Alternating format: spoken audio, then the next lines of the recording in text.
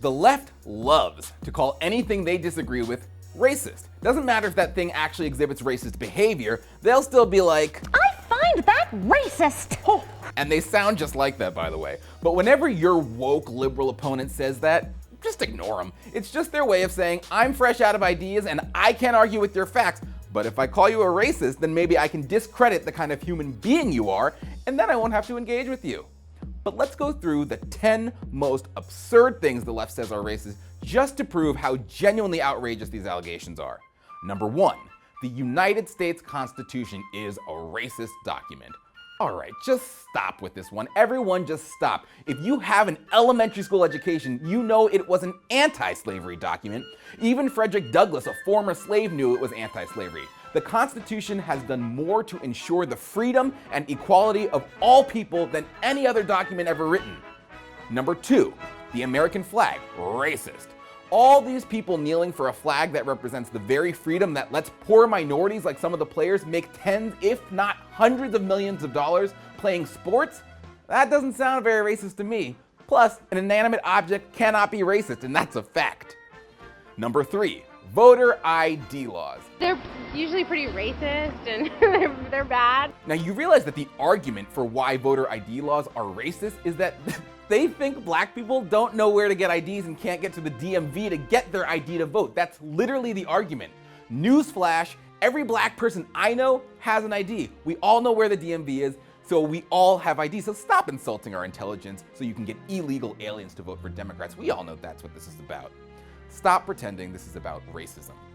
Number 4, Star Wars. Yep, Star Wars is racist, guys. I know, they're just getting weirder and weirder and weirder at this point. I spent the whole day talking about the whole Darth Vader situation, but Really? oh, You could? yeah, like the part where he was totally a black guy whose name basically was James Earl Jones, Right. and we were, and Yes. but while he was black, he was terrible and bad and awful and used to cut off white men's hands. Okay, that one is so ridiculous, it just speaks for itself. No need to spend any more time on that one.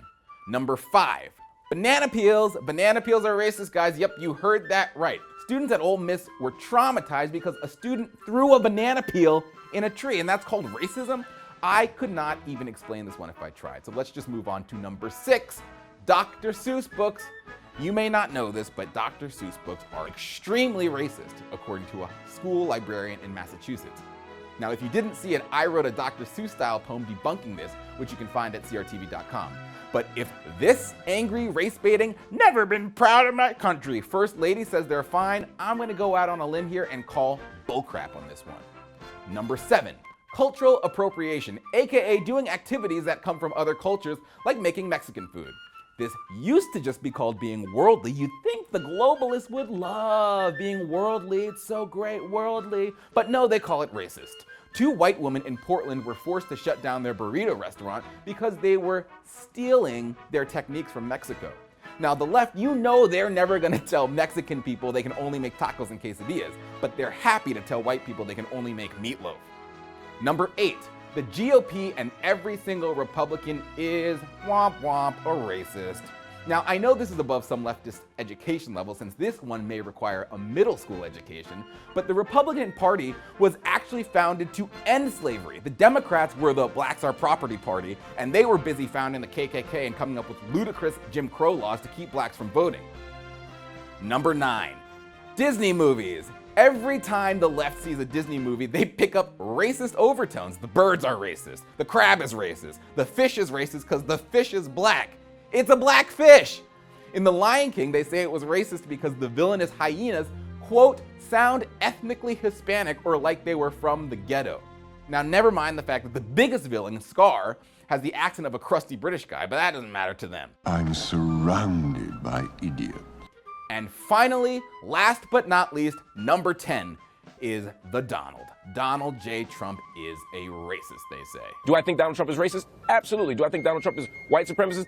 Absolutely. Out and out racism and bigotry and sexism and etc. and Islamophobia that was represented by Trump. He definitely prefers white people to black people. All right, now you know you're grasping at straws when even writers at the Huffington Post have to admit, no, Donald Trump isn't a racist. People who know the president frequently say Donald Trump does not have a racist bone in his body. And yet because he wants to secure our borders, the left calls this racist. It's a smear, guys. It's a total smear. What's next? Whiteout's racist? Teeth whitening is racist? They have nothing. Their ideas, they're stale, they're discredited, they are a losing party, and their coffers are totally empty except for a few decaying, vacant charges of racism. So who cares if they call us racist? Call us racist all you want. We're not going to fall for it. Instead, we're going to beat them into irrelevance with the truth and the facts on our side. And that's today's brief.